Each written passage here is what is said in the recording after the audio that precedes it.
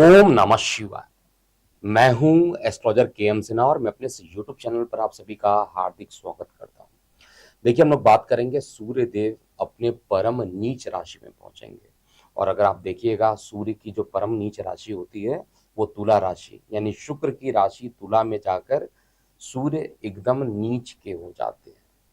अब जब कोई ग्रह नीच का होता है तो उसका नीच भंग होगा या नहीं होगा, सबसे पहले ये चेक किया जाता है।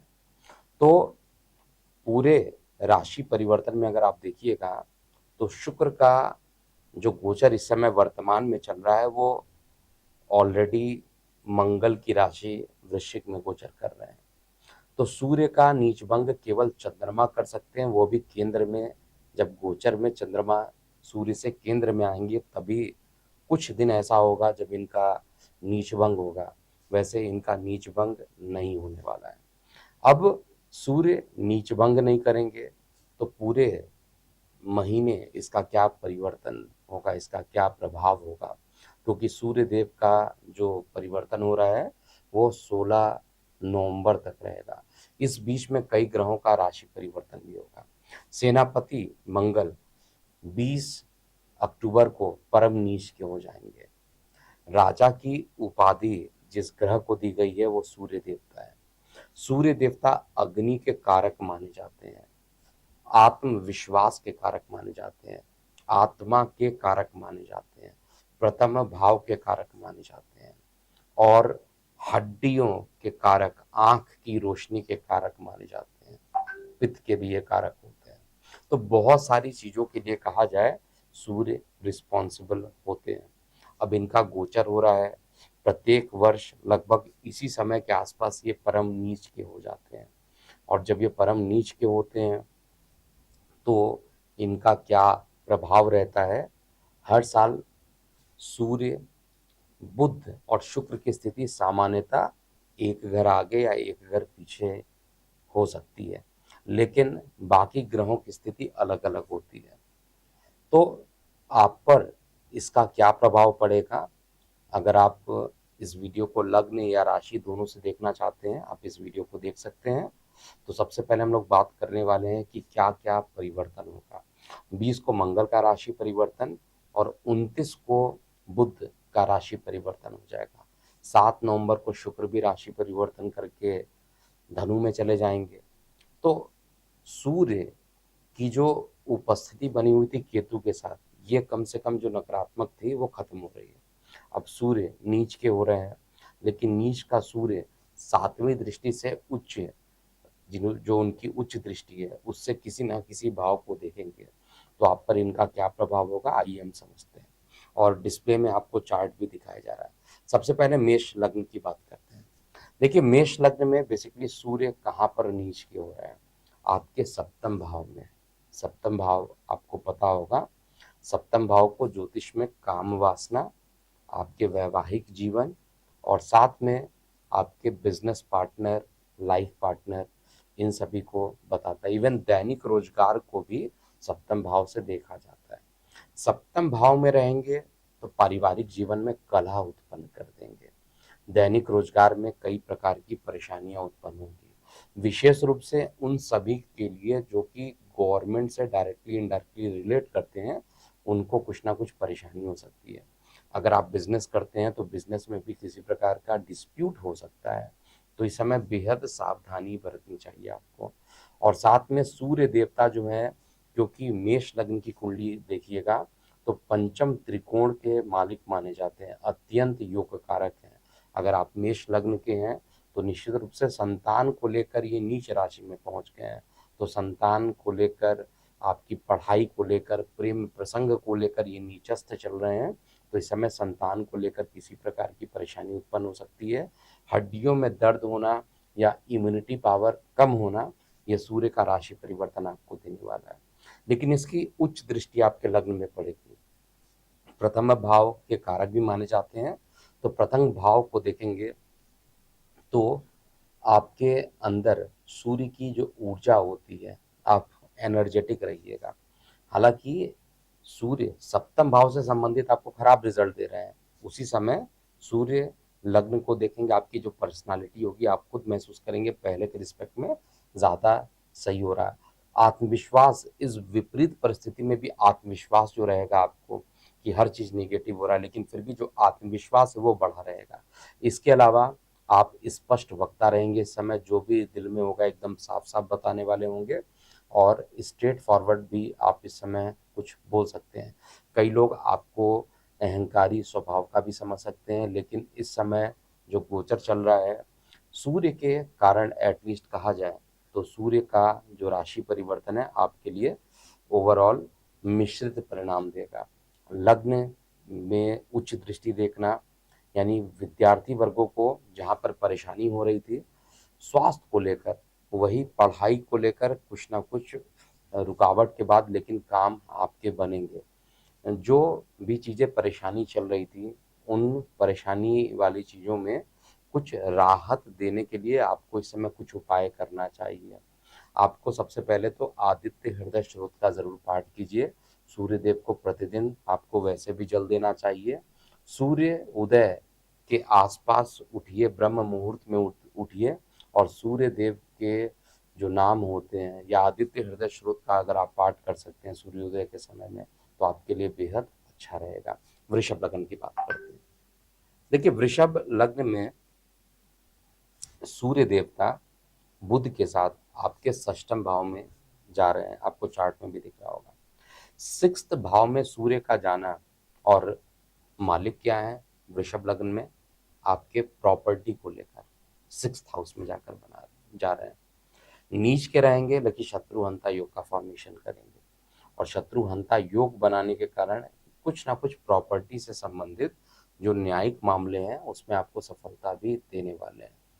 विदेश की अगर आप यात्रा करना चाहते हैं तो विदेश की यात्रा भी कराएंगे, और साथ में विदेश में अगर आप रहते हैं, आपको किसी प्रकार की परेशानी उत्पन्न हो रही है या विदेश जाना चाहते हैं, लीगल जो है या आपके वीज़ा नहीं लग पा रहे हैं और न्यायिक मामलों में परेशानी चल रही है तो आपके वीज़ा भी लगेंगे, न्यायिक मामलों में भी आपके पक्ष में केस पहुंचना प्रारंभ हो जाएगा। आत्मविश्वास आपका बढ़ेगा, और थोड़ी सी परेशानी जो इस समय वातावरण प्रदूषित हो जाता है इससे लंग्स थोड़ा सा आपका इन्फेक्टेड हो सकता है, और माता के स्वास्थ्य को लेकर थोड़ा सा अभी आपको सचेत रहना चाहिए।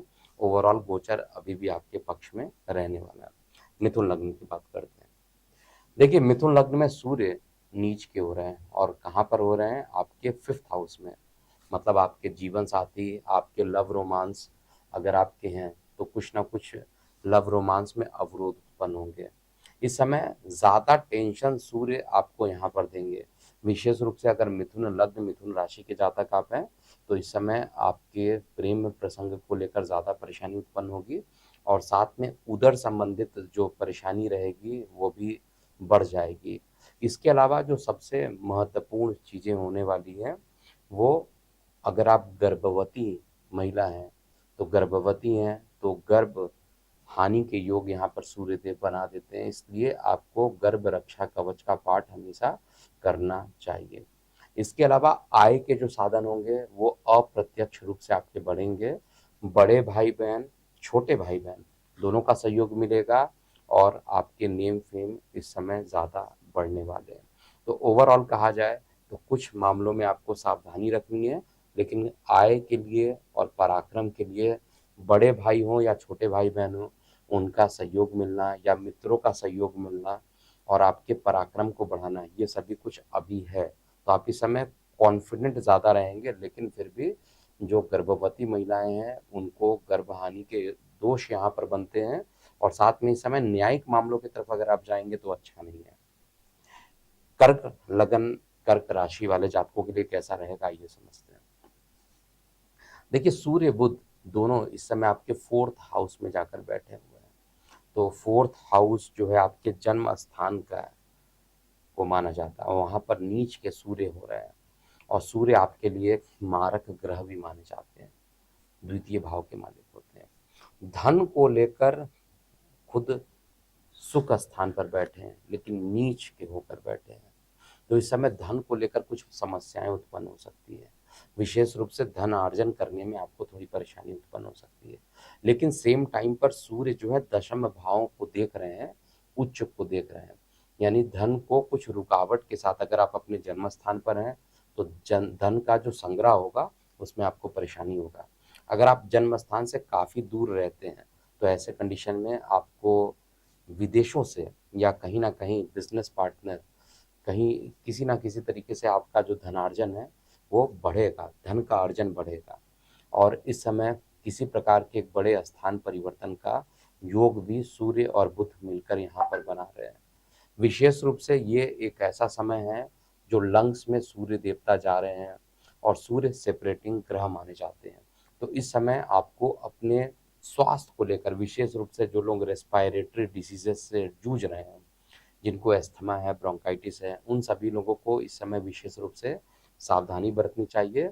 माता के स्वास्थ्य को लेकर किसी प्रकार की पीड़ा उत्पन्न हो सकती है, लेकिन ओवरऑल जो परिणाम है, इस समय सूर्यदेव की आराधना करना आपके लिए उचित होगा। और ओम नमः शिवाय पंचाक्षर मंत्र का तो प्रतिदिन आपको जल चढ़ाइए शिवलिंग पर, और पंचाक्षर मंत्र आपको करना चाहिए लगातार। ऐसा करने से आने वाले सभी समय आपके लिए अच्छे होंगे, क्योंकि दो परेशानी है, तो लग्न में जो है आपके मंगल भी नीच के हो जाएंगे, वो भी परेशानी करेंगे, और साथ में केंद्र में दो नीच ग्रह आ जाएंगे, तो ये थोड़ा सा आपको शारीरिक मानसिक दोनों तरीके से परेशानी उत्पन्न कर सकते हैं। लेकिन कार्य व्यवसाय में एक नए परिवर्तन के साथ आप चीज़ों को प्रारंभ कर सकते हैं और आने वाला समय आपके लिए फेवरेबल रहेगा।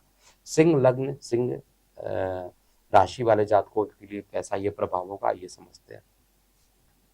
देखिए, सिंह लग्न या सिंह राशि में सूर्य खुद लग्नेश होते हैं और पराक्रम भाव में चले जाते हैं। उपचय भाव में वैसे ही सूर्य को पराक्रमी माना जाता है, चाहे वो नीच हो चाहे ना हो, तो पराक्रम तो बढ़कर रहेगा, इसमें कोई दिक्कत नहीं है। लेकिन यहाँ से छोटी यात्राएं आपको सूर्य जरूर करने वाले हैं। भाग्य का यहाँ पर आपको सहयोग बढ़ाएंगे, धर्म के प्रति आपका झुकाव जरूर यहाँ पर बढ़ेगा। लेकिन राइट साइड का जो पोर्शन है, चाहे वो आंख, नाक, कान, गला हो, वहां पर किसी प्रकार के चोट लगने की संभावना जरूर गोचर में दिखाई दे रही है। तो स्वास्थ्य संबंधित जो परेशानी होगी वो चोट से रिलेटेड परेशानी हो सकती है। और तीसरा भाव जो होता है मेडिकल एस्ट्रोलॉजी के हिसाब से देखा जाए तो गले का भी पार्ट होता है, तो हो सकता है गले में किसी प्रकार का विकार भी उत्पन्न हो। तो आपको बेहद सजग रहना चाहिए, और आपको पूरी इस समय, क्योंकि आपका लग्नेश नीच का हो रहा है, तो आपके लिए डिसिप्लिन बहुत ज़्यादा इंपॉर्टेंस हो जाता है। डिसिप्लिन कहने का मतलब है सूर्य के समान आपको बनना पड़ेगा, अर्थात सुबह जल्दी उठिए और रात में जल्दी सोइए। अगर इस प्रक्रिया को आप फॉलो करते हैं तो सूर्य का नकारात्मक प्रभाव भी आपके लिए सकारात्मक बनेगा। इसके बाद कन्या लग्न, कन्या राशि वाले जातकों के लिए सूर्य की स्थिति देखते हैं। देखिए, कन्या लग्न, कन्या राशि दोनों में सूर्य द्वादश भाव के मालिक हो जाते हैं, और द्वादश भाव के मालिक होकर, विदेश के मालिक होकर नीच के हो रहे हैं, और आपके धन स्थान पर जा रहे हैं, आपके परिवार पर, वाणी पर, कुटुंब के स्थान पर जाएंगे। तो यहाँ पर सूर्य का बैठना आपके वाणी को अनियंत्रित कर सकता है। किसी से भी वार्तालाप करते समय नपे तुले हुए वर्ड का आपको यूज करना चाहिए। और सूर्य देवता जब भी सेकंड हाउस में जाते हैं तो विदेशों से लाभ जरूर करा देंगे, लेकिन धन तुरंत खर्च होगा। लेकिन किसी प्रकार का फंसा हुआ धन, विदेशों में हो या न्यायालय में फंसा हुआ हो, या कोर्ट कचहरी में आप एकदम पूरे तरीके से परेशान हो गए, धन नहीं आ रहा है, आप कन्या लग्न, कन्या राशि के जातक हैं, तो इस समय सूर्य आपके धन लाभ भी कराने की पूरी कोशिश करेगा। जो लोग विद्यार्थी वर्ग हैं, रिसर्च एंड डेवलपमेंट में काम करते रहते हैं लगातार, कुछ नया सीखने को मिलेगा, कुछ नया रिसर्च में सफलता आपको जरूर मिलेगी। अकल्ट साइंस की तरफ भी आपका झुकाव बहुत तेजी से बढ़ने वाला है। ओवरऑल सूर्य का राशि परिवर्तन आपके लिए एवरेज से अच्छा रहने वाला है। इसके बाद तुला लग्न, तुला राशि वाले जातकों के लिए देखा जाए तो सूर्य आपके लग्न और राशि से दोनों ही प्रथम भाव में रहने वाले हैं, और ऐसे में सूर्य बुध की जो ये स्थिति बनती है, इस समय सूर्य इनकम के मालिक और साथ में नीच के होकर लग्न में बैठेंगे, तो आपके लिए थोड़ी सी परेशानी हो सकती है। आपके शरीर में बैठेंगे तो आपकी इम्यूनिटी पावर थोड़ी सी कमज़ोर हो सकती है, यानी बीमार आप जल्दी हो सकते हैं इस समय, या वो वायरल इन्फेक्शन हो या किसी भी प्रकार की इन्फेक्शन हो। और अगर हड्डियों में ज़्यादा दर्द रहती है तो इस समय हड्डियों से संबंधित परेशानी आपके लिए ज़्यादा ही उत्पन्न होगी। ब्लड प्रेशर भी थोड़ा फ्लक्चुएट कर सकता है, और साथ में दैनिक रोजगार के लिए उतना ही अच्छा, बिजनेस पार्टनर के लिए उतना ही अच्छा, और जीवन साथी का जो सपोर्ट है इस समय आपको पूरा मिलेगा। तो इनकम जो होगा वो बिजनेस पार्टनर के भाग्य से आपका बढ़ेगा, आपके लाइफ पार्टनर के भाग्य से बिजनेस आपका बढ़ेगा, आय के साधन बढ़ेंगे। लेकिन खुद शरीर थोड़ा सा आपका परेशान हो सकता है, किसी प्रकार के फीवर या वायरल इन्फेक्शन इस समय ज़्यादा आपको प्रभावित कर सकते हैं। तो उपाय के लिए शुक्र का ही बीज मंत्र कीजिए, वो आपके लिए अच्छा रहेगा। वृश्चिक लग्न, वृश्चिक राशि के लिए बात किया जाए तो सूर्य देवता आपके द्वादश में चले जा रहे हैं। द्वादश में सूर्य नीच के हैं, लेकिन डिपार्टमेंट क्या मिला हुआ है वृश्चिक में? वृश्चिक में डिपार्टमेंट दशम भाव का मिला है। अब दशम को लेके परम नीच राशि में जाकर बैठ रहे हैं। तो नीच राशि में जाकर बैठेंगे तो निश्चित रूप से कार्य व्यवसाय को लेकर अकस्मात यात्रा की योग बन सकते हैं, अकस्मात हॉस्पिटल इत्यादि के चक्कर लगाने पड़ सकते हैं। वो किसी भी कारण से हो सकते हैं, चाहे वो परिवार में किसी के हॉस्पिटल में भर्ती होने के कारण हो सकता है, या आपके स्वास्थ्य को कुछ प्रभावित कर सकता है, या आपके पैर में किसी प्रकार के चोट लगा सकता है। ये कुछ भी कंडीशन अभी यहाँ पे बन सकती है, लेकिन आपके लिए लीगल मामले में उतना ही अच्छा रहेगा। आपके गुप्त शत्रु इस समय खत्म हो जाएंगे, और आपको जो न्यायिक मामले में है सफलता मिलेगी, और सफलता मिलने के कारण आत्मविश्वास बढ़ेगा। कार्य व्यवसाय को लेकर भी आपकी यात्रा जो रहेगी वो सफल रहेगी। और इस समय आपका जो लग्नेश है वो मंगल भी 3 दिन के बाद नीच का हो जाएगा, तो थोड़ा सा आपको वाहन चलाते समय सावधानी बरतनी चाहिए। अब धनु लग्न, धनु राशि में क्या होगा? सूर्य आपके एकादश भाव में जाएंगे, और सूर्य आपके नवम त्रिकोण के मालिक माने जाते हैं, अत्यंत अच्छे माने जाते हैं। और यहाँ पर सूर्य देवता जो रहेंगे आपके बड़े भाई बहनों के साथ विवाद उत्पन्न कर सकते हैं, गर्भवती महिलाओं के गर्भ हानि का योग भी बना सकते हैं। विद्यार्थी वर्गों के लिए उतना ही अच्छा रहने वाला है। आपका जो मेहनत होगा वो प्रभावित सकारात्मक रूप से प्रभावित होगा, अर्थात आप आपकी जो परिश्रम है, या अगर आप मेहनत करते हैं और किसी प्रतियोगी परीक्षाओं में आप पार्टिसिपेट करते हैं तो आपको बहुत ही सकारात्मक रिजल्ट यहाँ पर मिलने वाला है। प्रेम प्रसंग के मामले में किसी प्रकार का वैचारिक मतभेद उत्पन्न हो सकता है, और इस समय किसी प्रकार की यात्रा अगर आप करना चाहते हैं, धार्मिक यात्रा है, तो यात्राओं में अवरोध ज़्यादा रहेगा, उस अवरोध के बाद ही सफलता आपको मिलेगा। तो यात्राओं में अवरोध होने के पूरे पूरे चांसेस बनते हैं, तो थोड़ा सावधानी पूर्वक यात्रा कीजिएगा। और इस समय ओम ग्रांग ग्रिंग ग्रोंग सा गुरुवे नमः, आप जो गुरु का बीज मंत्र है उस पर ज़्यादा फोकस कीजिए, और लाल रंग के पुष्प का दान इस समय ज़्यादा कीजिए, लाल कलर का दान कीजिए, और सूर्य भगवान को जल चढ़ाइए, जिससे कि जो नकारात्मक चीज़ें मुझे दिख रही हैं ट्रैवलिंग के दौरान, आपको विशेष रूप से ध्यान देना चाहिए। और अगर पूरब की डायरेक्शन की यात्रा आप करना चाहते हैं इस पूरे 1 महीने में, तो विशेष रूप से आपको सतर्क रहना चाहिए। अब हम अगले लग्न राशि की बात करते हैं, मकर लग्न, मकर राशि वाले जातकों के लिए क्या होने वाला है। देखिए, मकर लग्न और मकर राशि में सूर्य वैसे भी अष्टमेश होते हैं। अष्टमेश होकर नीच के होकर कार्य व्यवसाय में बैठेंगे तो कार्य व्यवसाय में कुछ रुकावट आ सकती है, और विशेष रूप से ये जो रुकावट होगा ये सूर्य जो कि प्रशासन का मालिक होता है, तो प्रशासनिक रूप से किसी प्रकार की समस्या जो रहेंगी वो इस समय सावधान आपको रहना चाहिए। इस समय सॉल्यूशन आपका नहीं मिलने वाला है, लेकिन आपके प्रॉपर्टी में सूर्य देव उच्च दृष्टि देखेंगे, तो प्रॉपर्टी से रिलेटेड बहुत ही अच्छे रिजल्ट मिलेंगे। आपके लग्जरियस लाइफ में बढ़ोतरी करेंगे, साथ में आपका मान पद प्रतिष्ठा भी बढ़ेगा, और सभी चीज़ों से बढ़कर होता है मानसिक सुख।